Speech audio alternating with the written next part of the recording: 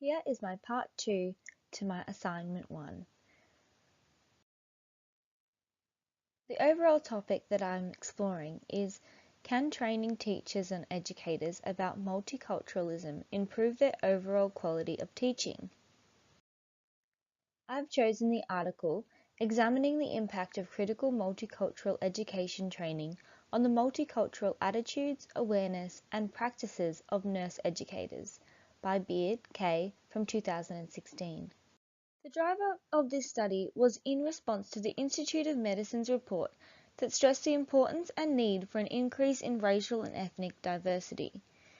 Other responses looked at better recruitment and graduation of underrepresented groups. The following 4 references looked at these.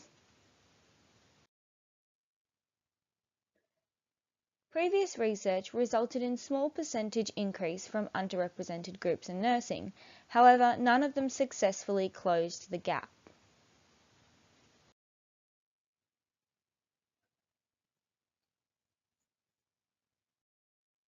Some factors for promoting equality in education include opportunity, equitable pedagogy, academic success, cooperative learning tasks, open communication, and the belief in students.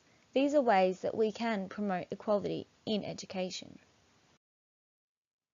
The aim of this study was to investigate the effect that critical multicultural education training, or CMET, had on multicultural attitudes, awareness, and practices, and was based on answering the following 2 questions.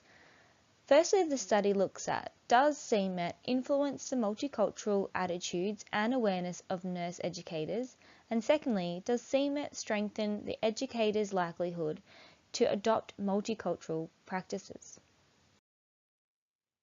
Definitions. Multicultural attitudes. This means beliefs and assumptions held by nurse educators towards teaching those in underrepresented groups. Multicultural awareness means comprehending factors that hold back and encourage the academic success of those in underrepresented groups. And multicultural practices refers to pedagogical procedures that promote inclusive education and academic success of those in underrepresented groups. This design was a pre-test and post-test design. Participants were first recruited by email.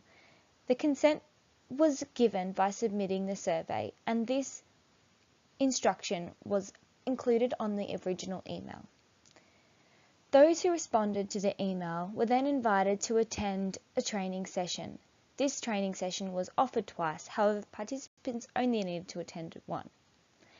After the training session, the participants were given 1 week to complete a second survey.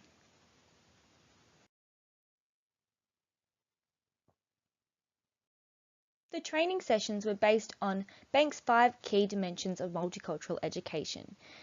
These include establishing an equity pedagogy,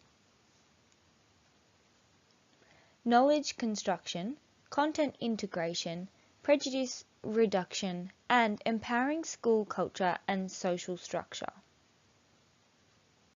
During the training sessions, there were 7 key objectives.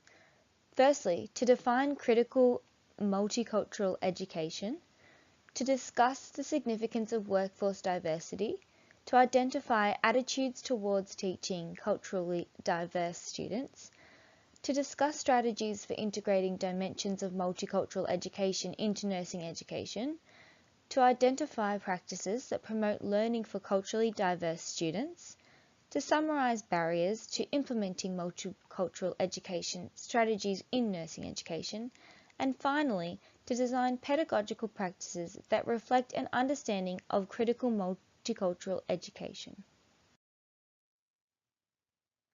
The teaching strategies used throughout the sessions included using flip charts, videos, reflective listening tools, role modelling, small group work, small group discussions, as well as whole group work and whole group discussions, and finally, reflective writing.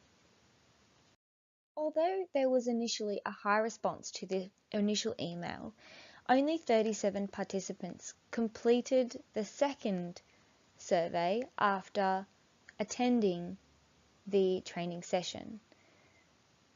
The sample was a sample of convenience, as the researcher put out an email to those they knew would be teachers of nursing students. The modal age was 46 to 68 years of age, and they were mainly females. The first table presented are the results for multicultural awareness. There are two bars. The first one shows the mean for the pre-workshop score, and the second one shows the mean for the post-workshop score. As you can see, the arrow bars are facing away from each other, which suggests significant differences before and after participation. The second table are the results for multicultural attitudes. The mean score measured in the prior workshop survey was 4.045, which increased to a mean of 4.358 in the post-workshop survey. These results show a significant difference from before to after the workshop. The final data displayed is for the multicultural practices. The multicultural practices scale show a mean of 3.285 for pre-workshop and 3.432 for post-workshop. It is evident that the first two results are statistically significant, however, the final result is not, with a p-value of 0.077. Reflecting on the results, it is evident that they mainly supported the hypothesis that there would be an increased likelihood of influencing the multicultural attitudes, awareness, and strengthening the likelihood of adopting practices that promote diversity in nursing through the implementation of multicultural education. So, there was an influence in the multicultural attitudes and awareness, and however, strengthening the likelihood of adopting practices that promote diversity in nursing results, as we know, came out inconclusive as they were non-statistically significant. So there were some limitations to the study. Most of them were in reference to the sample. Firstly, the sample was not chosen by random selection. As we know, it was a sample of convenience. This could also contribute to the reason why there was such a small amount of participants, with only 37 people responding to the final survey. The sample was also not representative of the population within the area. Those who responded were only 40% Caucasian, which is not representative of the nursing population. There were also outside factors that could have contributed to the scores that were not controlled. It was also done within a short time frame, and as we know, there was a low reliability scale used to measure the multicultural practices. To address these limitations, I've provided some possible improvements for the study. Firstly, an increased number of participants. This would help to allow there to be random selection, as well as allow a possibility for better representation of the population within the nursing area. If there were also better restrictions, this would eliminate external factors. By changing the method, and with a little bit of work, one could continue researching this exact thing through a longitudinal study instead. Altogether, this would create more reliable results. In conclusion, although low reliability scale was used, this study prepared the way for further research to be conducted.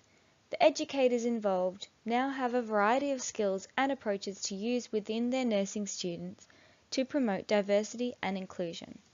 This study has provided vital information and reasoning for those seeking to promote inclusive practice in nursing.